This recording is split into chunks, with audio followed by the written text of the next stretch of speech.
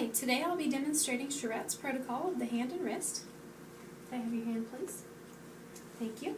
I'll start with an indicator test of the thumb and pinky finger. Hold those together for me.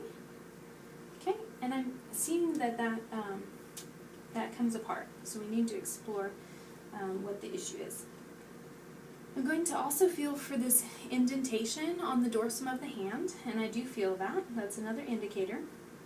We're going to start with the scaphoid, triquetrum, lunae, distal radius and ulna, carpal, metacarpal,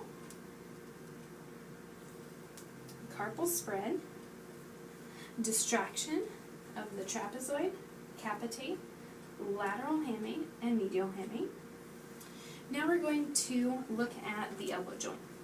I'm going to twist back and forth, and we're looking for a sponginess, which would mean that there is a subluxation. And I do find it, so we're going to move the patient's arm up to 90 degrees. I'm going to get on the olecranon process and adjust P to A. Okay?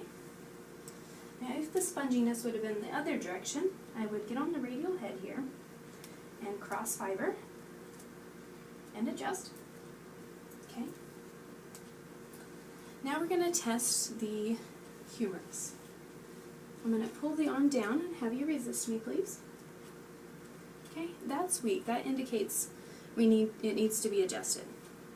So I'm going to move the patient's arm out to 45 degrees and support the wrist. I'm going to use a web contact on the humerus here and adjust. Okay, and then we will post-test that. Awesome. Can I have you sit up for me, please? Okay.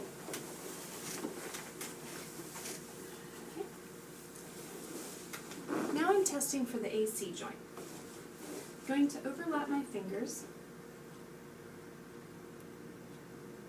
and I'm looking for springiness, which would indicate a subluxation, which I am finding. So I would press superior to inferior to get that adjusted. Okay, perfect. Okay. Now can I have you come to the end of the table here so we can get a good view of the trigger points. Okay. I'm going to contact the mid-scapula and subclavius. And we can work on both of these at the same time. I'm going to just rub those.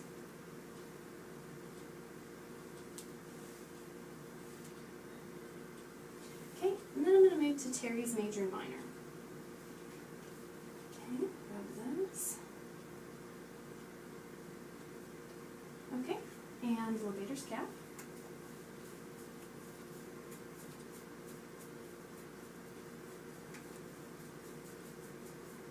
Okay, lateral deltoid.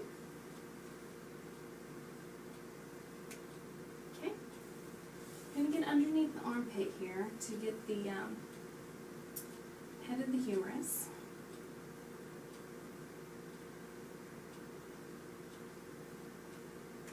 Okay, and then we'll get subscapularis.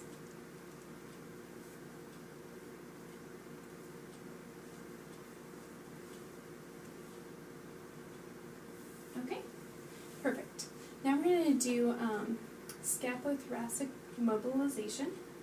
I'm going to have you pull your shoulder up and go ahead and relax it into my hands. I'm going to move it superior and posterior, and then superior and anterior. Just going to mobilize by rolling this around. Okay. Great. Now, could I have you face this direction, please? Okay, we're going to do an SC mobilization. I'm going to contact the clavicle here, and we're going to raise the patient's arm to 90 degrees. I come underneath, put my hand on top of the other one. I'm going to go ahead and twist to the right. Just mobilize that joint.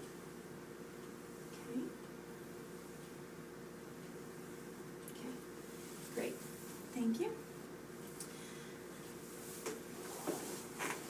Now I'm going to test the superior head of the humerus. Okay. It should be springy, and I'm feeling a little bit of a restriction there. More like a piece of wood, not as spongy as it needs to be. And usually by checking it will be enough to just put it right into place, which would be superior to inferior.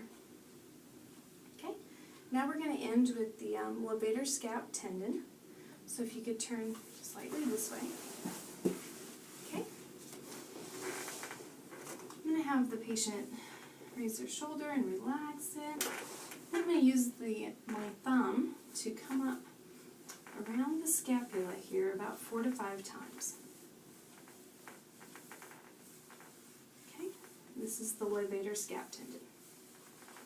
Okay, perfect. Okay, thank you.